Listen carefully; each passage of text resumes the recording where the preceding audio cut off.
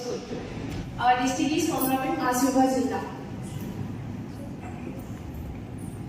ఈ రోజు నేను చెప్పబోయేది సైన్స్ అయిన artificial intelligence potential and concerns.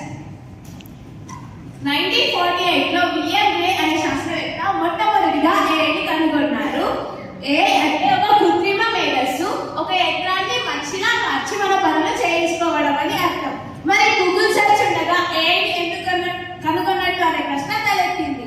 Google search లో అయితే ఫర్ ఎగ్జాంపుల్ మన డబ్బు ఎలా సంపాదించాలి అని సెర్చ్ చేస్తే అదొక 10 లింకులను ఇస్తుంది. ఆ లింకులలో మనకి నచ్చిన లింకులు క్లిక్ చేసి సమాచారాన్ని స్వీకరిస్తాము. బట్ ఏఐ అయితే ఒకే లింక్ లో ఖచ్చితమైన ఆన్సర్ని ఇస్తుంది. దాంతో పాటు టైం సేవ్ అవుతుంది. ఏఐ వల్ల లాభాలు ఉన్నాయి, నష్టాలు ఉన్నాయి. కానీ రాబోయే ముందు తరాలు ఏఐని సరిగ్గా వినియోగించుకోకపోతే లాభాల కన్నా నష్టాలే ఎక్కువగా ఉండొచ్చు. కొన్ని లాభాలు మరియు నష్టాల గురించి ఈ రోజు నేను మీకు వివరిస్తాను.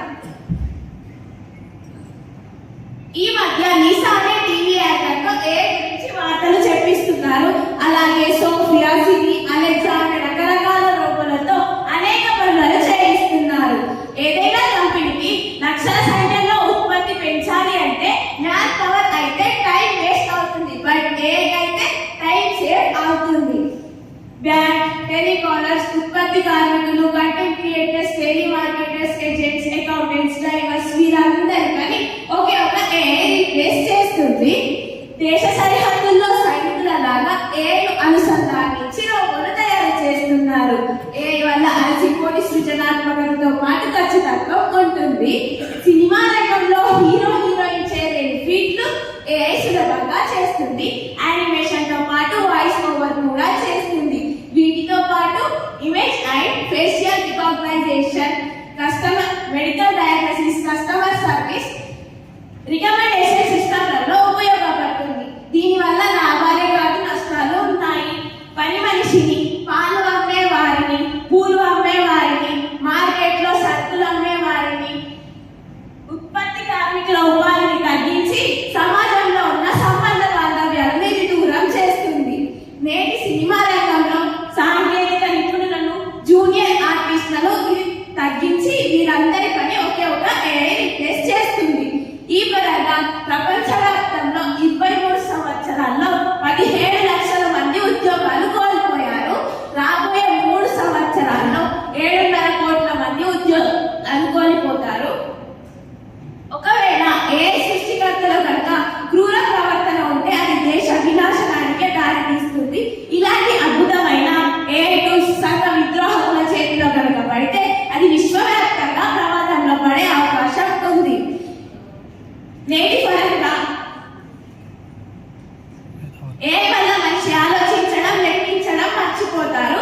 రాబోయే తరాలు యంత్రంపై ఆధారపడతాయి. ఫలితంగా మనిషి చేతిలో నుంచి జ్ఞానం యంత్రం చేతిలోకి వెళ్ళిపోతుంది.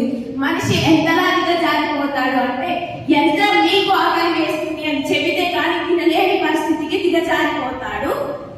మేధావులు ఎప్పుడైనా సమాజం ఎంత అభివృద్ధితో దూసుకు వెళ్తుందో అని మాత్రమే ఆలోచిస్తారు. జాన్ మెకర్తీ, ఏఐ సృష్టికర్త జాన్ మెకర్తీ ఏఐని ముప్పుగా భావించారు. చాట్ జీపీటీ సృష్టికర్త శామ్ ఆల్ట్మన్ మరియు టెస్లా అధినేత ఎలన్ మస్క్ ఏఐని భస్మాసుర హస్తంగా అభివర్ణించారు. చివరిగా నేను చెప్పబోయేది ఏమిటి అంటే టెక్నాలజీ పరంగా అప్డేట్ కావాల్సిందే. అప్డేట్ కాకపోతే అవుట్డేట్ అయిపోతాం.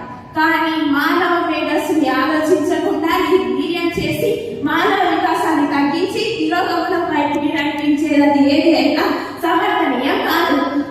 ఏదైనా హద్దుల్లో ఉంటేనే ఆనందంగా ఉంటాము. హద్దులు దాటితే మానవుడు మూర్ఖుడిలా ప్రవర్తిస్తాడు. అందుకే రాబోయే ముందు తరాలు ఈ భవిష్యత్తు విషయాలను పాటించాలి. దేశంలో, ప్రపంచంలో ఉన్న దేశాలన్నీ ఒక ఒప్పందాన్ని కుదిరించుకోవాలి.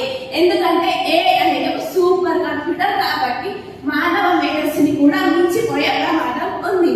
రాబోయే ముందు తరాలు ఈ భవిష్యత్తు విషయాలను పాటించాలి. ఏఐను సృష్టించే మరియు వినియోగించే వ్యక్తులు నైతిక విలువలకు ప్రాధాన్యత ఇవ్వాలి. వ్యక్తిగత సమాచారంతో పాటు గోప్యతను పాటించాలి. సాంకేతిక అభివృద్ధి మరియు వినియోగంకు బాధ్యత వహించాలి. అందుకే ఏఐ మోడల్స్ సురక్షితంగా మరియు పాజిటివ్ గా ఉండి ప్రమాదాలు లేకుండా చూడాలి. ఏదైనా హద్దుల్లో ఉంటేనే